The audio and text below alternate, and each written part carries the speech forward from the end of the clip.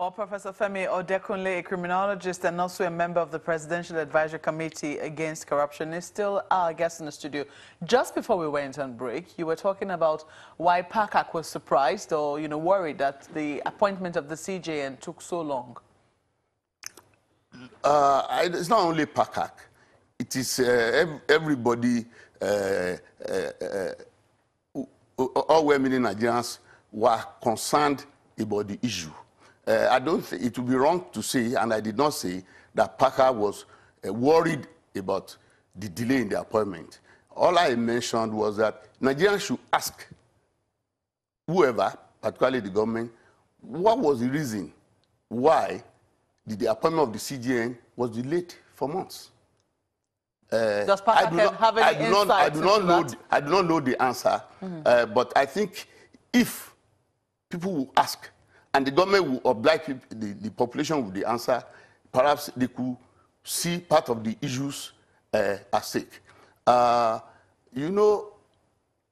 I said earlier on was that if you really want to fight corruption, particularly our type, the government must appreciate the enemies of the country with respect to corruption and know how to deal with it. For example, we are talking about the delay in appointing the CJN. What then happened?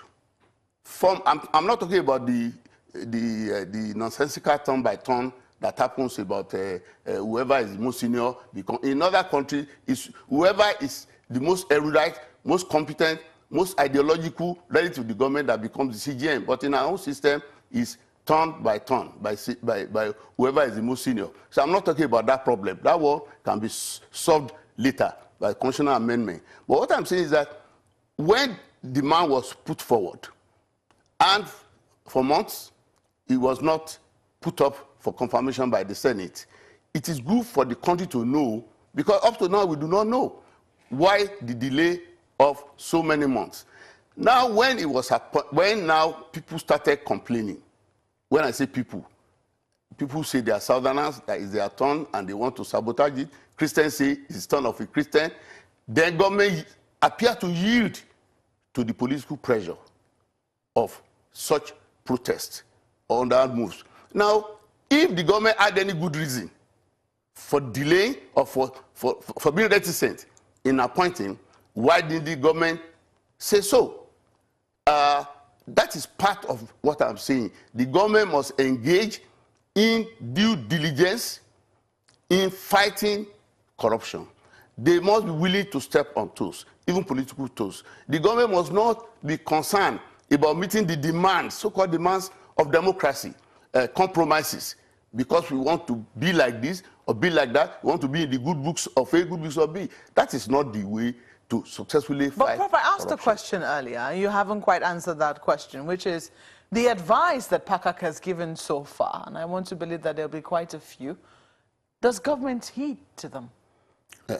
Now, when you say you asked me a question and I didn't answer, if you ask me a question I didn't answer, either because I don't want to answer or because I didn't know the answer. But in this case, all I can tell you is that the PACAC has been giving advice to the government to the best of his knowledge and ability. Has government been taking it? The government cannot take the advice from only one source. The government will have other considerations before. It's not a military setup. It's a democratic setup. And you have a body that is advising you on a particular issue. There are other bodies and there are other considerations in the democratic system. That is why on your show, long time ago, I talked about part of their problems being having an unmoderated democracy, an unmoderated rule of law, which then creates, which we cannot afford as a developing country. So it is not that PACAC is not giving advice, and I cannot blame government for accepting or not accepting. For the purpose of our discussion, all I can tell you is that PACAC has been giving due advice on areas that relate to corruption. Chimling has a question for you. Prof, I'm just wondering, does that then mean that some of the advice you give to governments are not implementable or practicable to the extent that they just won't implement or take some of the advice that you've given?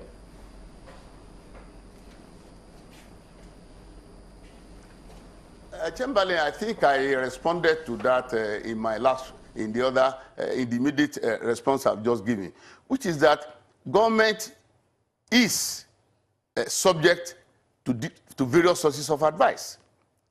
And therefore, it will consider what is most appropriate in the circumstances on what to do. Well, at the moment, let me even ask about... Next question. That of the DG of NIA and the SGF. Are you happy with the way that investigation is going on?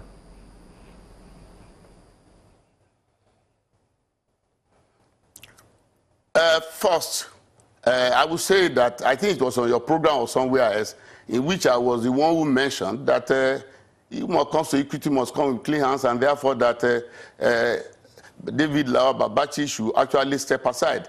Eventually, government acceded to the advice or the pressure of people, and he was asked to step aside. Same thing with the DGNIA. And when you say, am I happy as a person, that's one of the happiest moments of my life in the past 2 years on this anti-corruption fight. As for the processes that are going on, you have to realize that the vice president, who was head of the committee set up to look more into the matter, the vice president is now the acting president.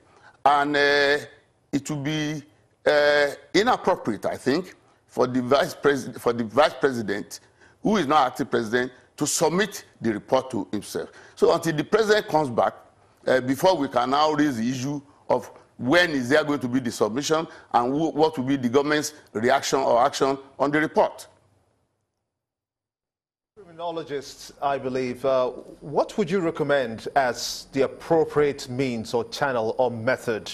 As you do know that PACAC has said that the judiciary has lost appreciably that confidence reposed on it when judges, for instance, you say, ask for favors even from lawyers, from as little mundane things as weddings or chieftaincy.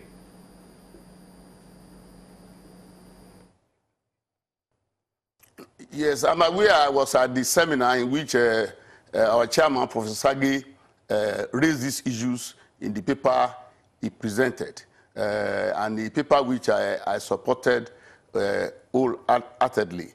Now, what needs to be done is, one, I think in this present system, there is a need to clean up the judiciary.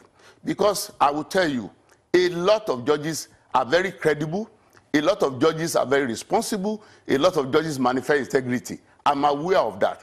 But the 1 or 2 or 3 or 4 or the few are creating problems for the judiciary and therefore for the anti-corruption fight. So I think the leaders of the country should get together and actually clean up the judiciary.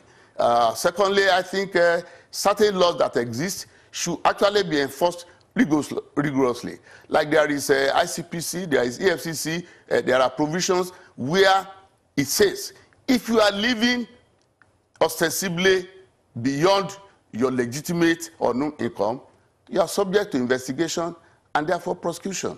And then if you have cleaned up the judiciary, it will be easier to handle such cases. There may be 1 million cases. You don't have to cover all the 1 million cases. By the time you cover 10% or even 5%, the message will be sent and it will have effect on others, particularly potential looters of our treasury.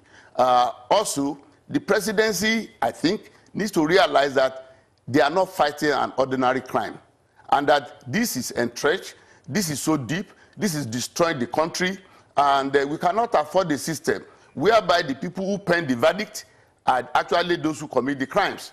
And therefore, it is important to have another out-of-the-box, non-legalistic approach to this problem. Lawyers may disagree with me. Fortunately or unfortunately, I'm not a lawyer. I'm more concerned with substance, not with technicality. I'm not concerned with form, because the life of the country, the life of our children, our future is in danger. And it is not for somebody like me. I'm fairly an old man. But for our children, for young people who are coming this country is being ruined instead of being ruled. Well, that's a fine place to leave it. We have to thank him most kindly, Professor Femi Odekunle. He's a criminologist and also a member of the Presidential Advisory Committee Against Corruption. Sunrise Daily will continue in just a moment. Just stay with us.